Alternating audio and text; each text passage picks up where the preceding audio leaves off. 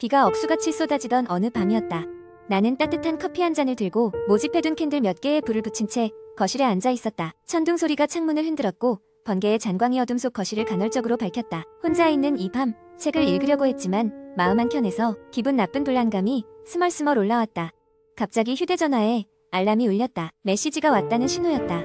스크린을 켜보니 모르는 번호로부터 한 통의 메시지가 와 있었다. 내용은 단순했다. 밖에 비가 많이 오네요. 조심하세요. 나는 이상한 기분이 들었다.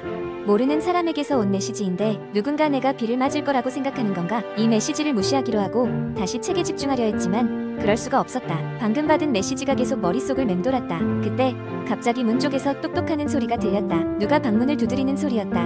나는 순간 경직되었다. 이 늦은 시간에 누가 나를 찾아왔을까? 혹시 방금 메시지를 보낸 그 사람일까? 무서운 생각이 스쳐 지나갔다. 조심스럽게 현관문을 향해 다가갔고 문 사이로 훤히 보이는 바깥은 역시나 세찬 비가 내리고 있었다. 나는 문 앞에 구멍을 통해 밖을 내다보았다. 그런데 아무도 없었다. 그렇지만 불길한 느낌은 점점 강해졌다. 다시 자리로 돌아가려던 찰나 이번엔 창문이 흔들리는 소리가 들렸다. 마치 누가 밖에서 창문을 두드리는 것처럼 들렸는데 방금 전과 같이 밖을 확인했으나 아무도 보이지 않았다. 이제 나는 이 현상이 단순한 장난이라기엔 너무 기묘하다는 생각이 들었다. 안절부절 못하며 다시 소파에 앉아 스마트폰을 들여다보니 또 다른 메시지가 도착해 있었다. 곧 만나게 될 거예요. 마음속에서 무서움이 치밀어 올랐다. 나는 곧바로 경찰에 신고할까 고민했지만 그럴 신빙성이 있다는 생각은 들지 않았다. 그저 신경이 예민해진 나를 비웃을지도 모른다는 생각에 멈칫했다. 그러던 중 집안에 설치된 방범 카메라를 확인해보기로 했다. 노트북을 열어 실시간 화면을 띄우자 현관 앞에 검은 우비를 입은 누군가가 서 있는 것이 보였다. 내 심장은 미친 듯이 뛰기 시작했다. 그 사람은 고개를 들고 카메라를 응시하고 있었다. 마치 카메라 너머로 나를 직접 보는 것 같은 눈빛이었다. 나는 공포로 인해 꼼짝도 할 수 없었다.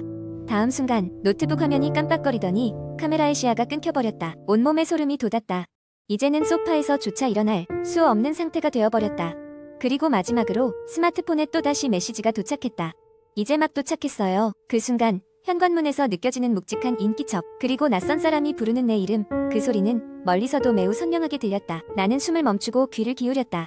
그 사람이 다시 부르기 전에 나는 모든 전등을 끄고 방으로 뛰어들어가 문을 잠갔다. 그때 나는 알았다. 그 사람이 지금 나를 찾고 있다는 것을 그리고 더 이상 도망칠 곳이 없다는 것을. 두 번째 이야기 어느 흐리던 가을날 대학생인 민수는 오랜만에 시간을 내어 고향에 내려가기로 했다. 고향 집은 산골짜기 깊숙한 곳에 위치한 외딴 마을이었고 그곳은 공기가 맑고 자연이 아름다웠지만 언제나 어딘가 음침한 기운이 감돌곤 했다. 민수는 그 음침함을 항상 크게 신경 쓰지 않았지만 이번엔 왠지 모르게 기분이 찜찜했다. 집에 도착하자 곧바로 부모님께 인사를 드린 민수는 잠시 짐을 정리하고 주변을 산책하기로 했다.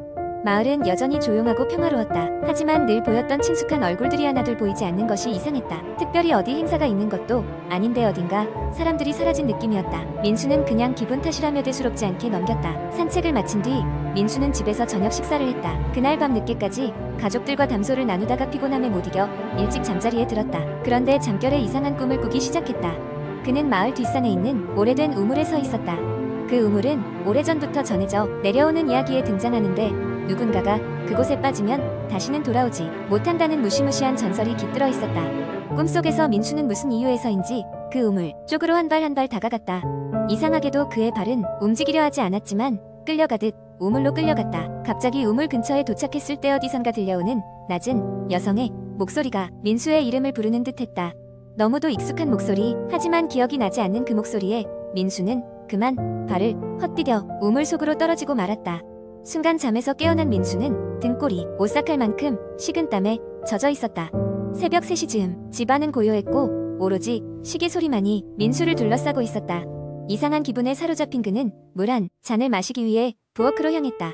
부엌 창문 밖을 무심코 바라보던 민수는 깜짝 놀라고 말았다. 밖에는 아무도 없었지만 분명히 누군가가 그 자리에 있었던 듯 바닥에 젖은 발자국이 남아있었기 때문이다. 갑자기 등 뒤에서 소름 끼치는 찬 기운이 느껴졌고 민수는 본능적으로 몸을 돌렸다. 거기엔 아무도 없었다. 하지만 순간적으로 등 뒤에 기운에서 한 여성의 어렴풋한 속삭임이 들렸다. 이번엔 너무 명확했다. 그 목소리는 분명 자신이 좋아했던 할머니의 것이었다. 이미 오래전에 돌아가신 할머니는 민수가 어렸을 때 자주 들려주셨던 전래동화를 떠올리게 하는 목소리였다. 할머니는 항상 민수에게 자신이 아닌 누군가가 우물로 초대하면 절대 따라가지 말라고 경고했었다. 민수는 그 당시에는 짐작조차 못했지만 지금은 그 뜻을 알 것 같았다. 공포에 휩싸인 민수는 그 자리에서 얼어버렸다. 그 순간 모든 것이 어두워지며 다시 꿈속으로 빠져들어갔다. 그리고 다시 우물가에 서 있는 자신을 발견했다. 이번에는 주변에 사람들이 가득했다. 놀랍게도 그들은 모두 마을 사람들로 며칠 동안 보이지 않던 그들이었다. 마을 사람들의 얼굴은 무표정이었고 그들 모두는 마치 인형처럼 무생물적으로 움직였다. 그들 사이에 섞여있는 할머니의 모습도 보였다. 꿈임을 알고 있었지만 민수는 그때 그 할머니에게 다가갔다. 할머니는 그저 슬프게 웃으며 손짓으로 어딘가를 가리켰다. 그곳엔 전설 속 눈물이 있었다. 민수는 할머니와 함께 우물을 바라보았다. 그러자 우물 속에서 여러 목소리가 들리기 시작했다. 그 목소리들은 모두 자신을 어서 오라고 속삭이는 듯했다.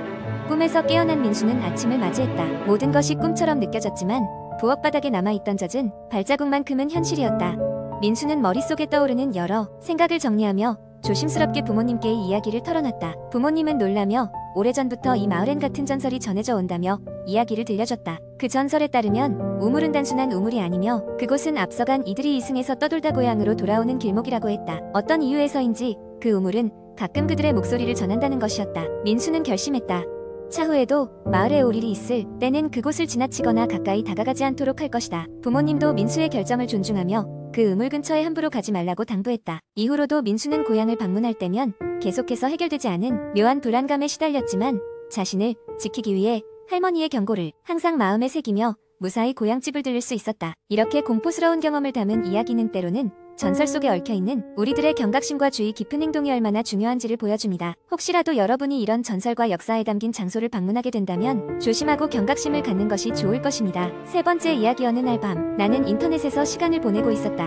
여느 때와 다름없이 여러 커뮤니티와 게시판을 돌아다니며 스트레스를 풀고 있었는데 발길이 멈춘 곳은 공포 이야기 게시판이었다. 다양한 사람들이 작성한 무시무시한 이야기들이 넘쳐났다. 그중 한 게시글이 유독 눈길을 끌었다. 제목은 그림자의 속삭임이었다. 호기심이 동에 클릭했다. 작성자는 몇 년 전 한적한 시골 마을로 이사를 갔다고 했다. 떠나오던 도시는 너무 바쁘고 소란스러웠기 때문에 조용한 시골 생활을 원했다고 한다. 그 마을에서는 매일 아침 새들의 지저귀과 함께 눈을 뜰 수 있었고 밤에는 쏟아질 것 같은 별들을 바라보며 잠들 수 있었다. 그곳의 삶은 여유롭고 평화로워 보였다. 그러나 평화로움은 오래가지 않았다. 어느 날 밤 주인공은 깊은 잠에 빠져들었다. 그러다 이상한 속삭임 소리에 잠에서 깼다. 처음에는 바람소리라고 생각했지만 그 소리는 바람과는 무언가 달랐다. 틀림없이 누군가가 속삭이고 있었다. 주먹만한 가슴이 쿵쾅거렸지만 호기심이 두려움을 이겼다. 밖으로 나가보면 누가 장난을 치고 있는지 알아낼 수 있을 것만 같았다. 그는 현관으로 나가 조심스럽게 문을 열고 귀를 기울였다. 이상하게도 밖은 고요했다. 그는 다시 안으로 들어가려는 순간 집 앞 마당에서 느껴지는 묘한 기운의 걸음을 멈췄다. 눈을 심하게 비벼보았다. 잠이 덜 깬 탓인지 흐릿한 시야 속에는 흐릿하게 무언가가 있었다. 그것은 사람의 형체 같았다. 아니, 그림자였다. 그러나 기이하게도 그 그림자에는 주인이 없었다. 달빛마저 그림자에게 닿는 것을 두려워하는 것 같았다. 이후로 그림자는 매일 밤 모습을 드러냈고 주인공은 불안에 휩싸였다. 그림자는 말이 없었다. 다만 가끔 어떤 말들을 웅얼거리듯이 속삭였다. 그 속삭임은 그 누구도 이해할 수 없는 말이었다. 점점 그림자는 그를 잠식하기 시작했다. 낮이나 밤이나 주인공의 머릿속을 떠나지 않았다. 그는 그림자의 속삭임을 따라 말이나 행동을 하기 시작했다. 사람들이 걱정하기 시작했고 주인공은 급기야 자신이 왜 그런 말을 했고 그런 행동을 했는지 기억하지 못했다. 그래서 그는 이 현상이 시작되기 전의 조우와 구체적인 기억을 되돌려 생각해보았다. 그리고 그가 처음 그림자를 목격했던 밤 오래된 우물에서 희미하게 누군가의 울음소리를 들었던 것이 떠올랐다.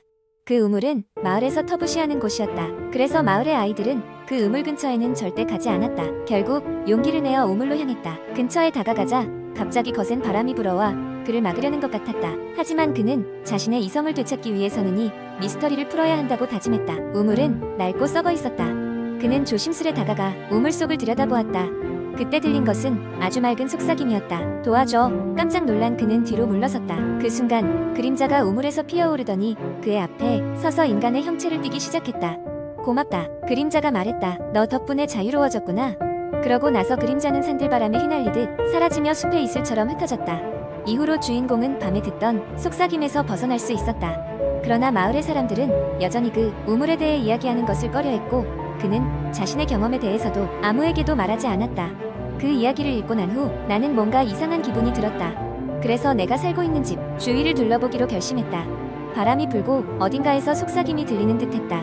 그 소리는 오싹하게도 너무 고요한 밤 공기 속에서 그리 멀지 않은 곳에서 들려왔다.